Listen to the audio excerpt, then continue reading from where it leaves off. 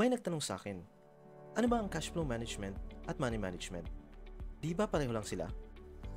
Ano ba ang pagkakaiba ng cash flow management at money management pagdating sa personal finance? Money management.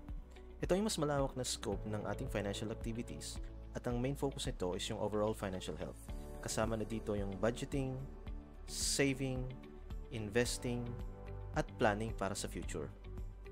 Sa kabilang banda, ang cash flow management naman, dito papasok yung pag-monitor and pag-optimize ng inflow and outflow ng pera natin on a regular basis. Isa na dito is yung pag-track ng ating income and expenses para masiguro natin na meron tayong sapat na pera sa pang-araw-araw at para sa short-term financial obligations.